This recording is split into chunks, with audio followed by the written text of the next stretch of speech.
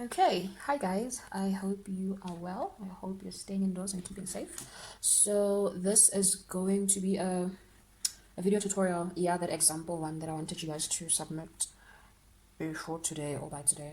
So I'm gonna clarify. I'm basically gonna do the example from start to end, and hopefully by the end of this tutorial video, whatever it's called, you guys will have a better understanding of longitudinal sections as a whole.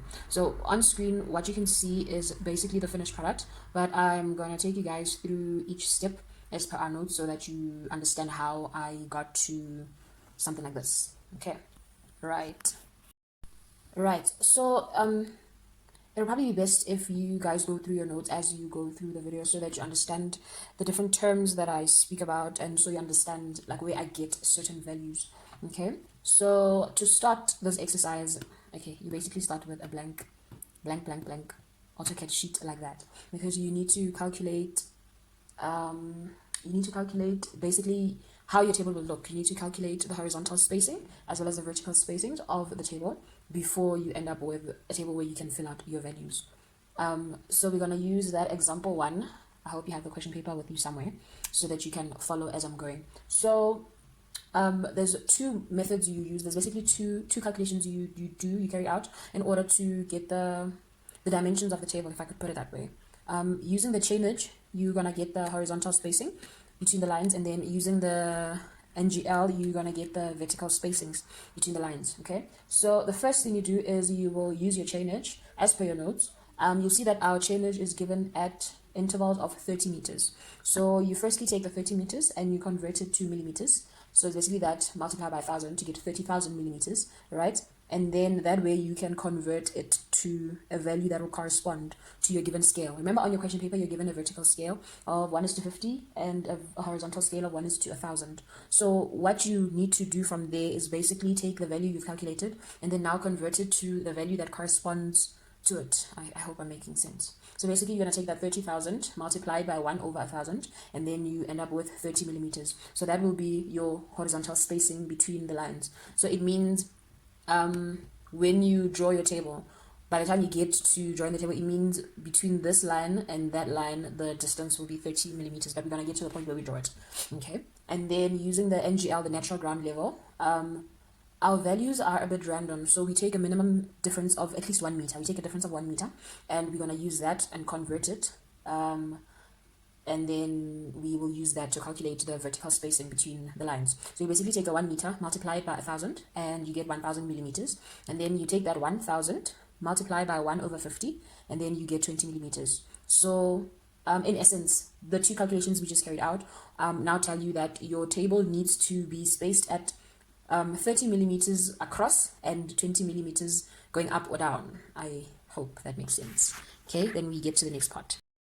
Right, so you'll see on screen that I have a simple vertical line and a simple horizontal line. So I'm hoping to use these two to try and clarify the calculations we just carried out to show you how you represent the 30 and the 20 millimeters that we just calculated now. Right, so remember that our horizontal spacing between the lines will be 30 millimeters. So it means that all your vertical lines, you will offset them by 30 millimeters. So you can offset command 30 and please behave, and then basically offset them as much as you want, because for now we don't know the number of values that we're gonna enter, and we don't know like our complete distance, let me put it that way. So you basically offset all the way to the end, all the way till you're satisfied. And then the lines going down, you will offset them by 20, because remember that the vertical spacing between your lines is 20, not 30. So that's where the difference will be between the vertical lines and the horizontal lines. Okay, remember that the offset distance that we're talking about, it's the vertical spacing between the lines. It's not the vertical lines. So just make sure you don't get confused with the two. Okay. Offset. Okay, for now it still looks like that, right? Then from there, you now have basically the skeleton of your table. Okay, let me just finish offsetting this out because it looks, dear my God. Right.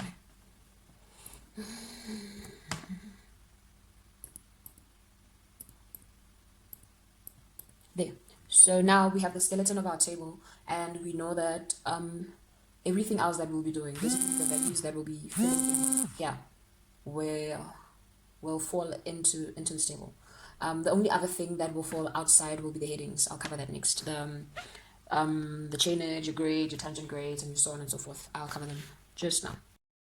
Alrighty, so for now, we don't know how many rows and how many columns our table is supposed to have, like the end product. For now, all we have is a skeleton. We're not sure if we have too many columns and rows or if we don't have enough. So at this point, like I said, we just have the skeleton, and it's just to outline what it would look like and to make sure that we have the correct dimensions and that we're on the right track. Okay, then next we need to determine how many rows we'll have, basically how many of these horizontal lines we need to have from the top, and that will help us determine where our longitudinal section will fall. Like at the end of the day, it will show us basically where our road design or our road longitudinal section will fall. Yeah, that.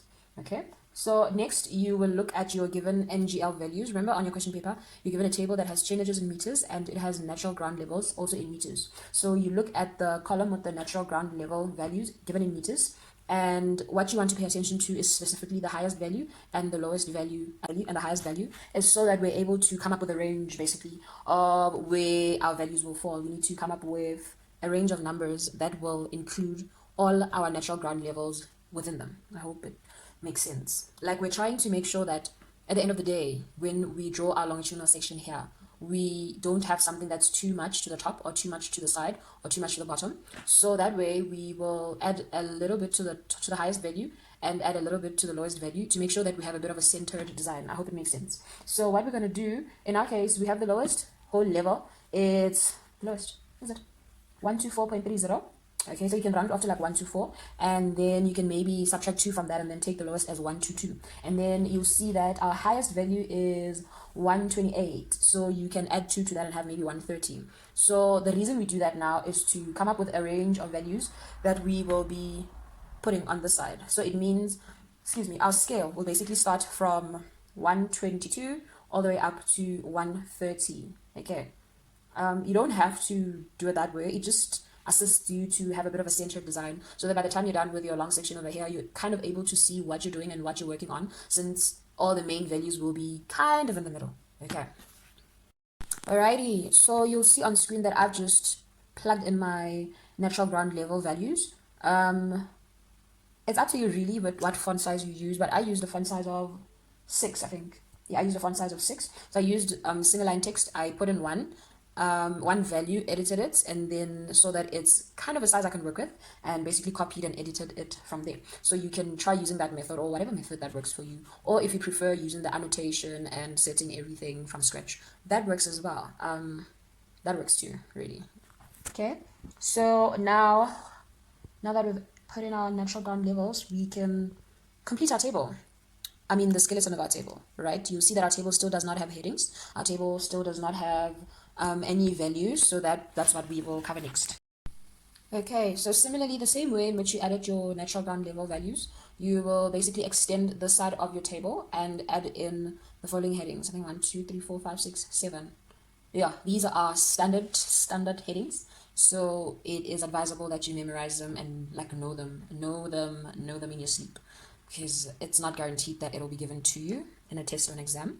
So I would suggest that you remember them. I mean, it's only 7 headings, you know. The chainage, the NGL, the grade, the tangent grade, the offset, the final road level, and the cut, which will be negative, or the fill, which will be positive. What that means is basically that, remember, before any road construction can start, you get to a site and there is the natural ground level that exists on site. So now, before you can get the final road level, which is your desired level, you will either be required to cut some of the material or fill so that the road is level and straight. So that's the basis of this whole exercise, is to get an understanding of just how much work goes into a road design, what you need to cut, what you need to fill, and all the other details that come after that. Okay, so next, what you can do, it's basically plug and play before we get to the calculations. So from here, you'll see that the chainage row is basically all the values that you have on your question paper, that column with chainages. You will basically take all those values, fill them in here, fill them in vertically from 0 to, I think they get to 450. And then you also have the NGL column. It's also given on your question paper. So you fill that in and you fill that in so that you end up with at least two complete rows, two complete rows. Make sure that even though these are given and you feel like it's useless information, just make sure that you at least fill those in. They are worth marks. And I know you guys have a tendency of just deciding which marks you don't want, but now it's do or die. Okay, so you'll see that on my table, I've just filled in my changes and my NGL values. Those are values that you get on your question paper. So that's 3 marks, literally free mahala marks, just for filling those in, okay? So next, we were given information about the VPI. We were told that our VPI is at chainage 180. 180, yeah, okay. Let me just zoom out of it so I can have a bit more space. Okay. So to represent your VPI, you can basically draw a long line here. Hey, the layer, not on the VPI layer. The VPI, cool. Line. I'm sure I don't need to remind you guys that you need to create all the layers that you will need before you start with your exercise, because I feel like this just makes things so much easier for you guys. Okay, I'm extending it here so it can be a little bit longer. Okay, VPI. Okay, is that 180? Just to zoom in, double check. Yeah, 180. Okay, coolio. And then we were told that our what am I looking for? VPI 180 at level 125.40, and then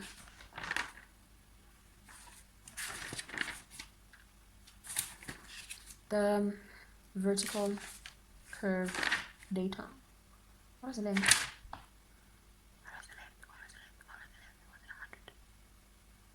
The vertical curve was given as 100. Was it? I hope I'm right, because I don't have the question paper open here. Okay, I actually do. I don't know why I'm not. Okay, yeah, vertical curve length is given as 100 meters. So remember that from your. No, it's gonna take forever to open again. Ugh, kill me now. Cool.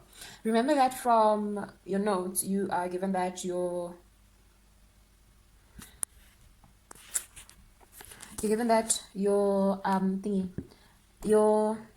the beginning of your vertical curve is basically your VPI minus half of your curve length, and then the end of your vertical curve is basically your VPI plus half of your curve length. So we're given a curve length of 100 meters. So what it means is that your BVC, the beginning of your vertical curve, will be your VPI, which is 180 minus half of 100. So it'll be 180 minus 50. Then you get a value of 130, and you represent it on the left of your VPI. And then your EVC, which is the end of your vertical curve, will basically be your VPI, which is 180 plus 100 over 2, which is 180 plus 50, giving you the 230. Then you represent it on the right of your VPI. Then the last step is labeling your VPI and your BVC and your EVC. Alrighty, so after representing your BVC, your VPI, and your EVC, you end up with something that looks like this. It's just a representation. It looks something like that, where your VPI is at 180, your BVC is at 130, and your EVC is at 230. So this just covered part 1 of your notes, how to represent your BVC, VPI, and EVC. Then the next part will be dealing with the calculations.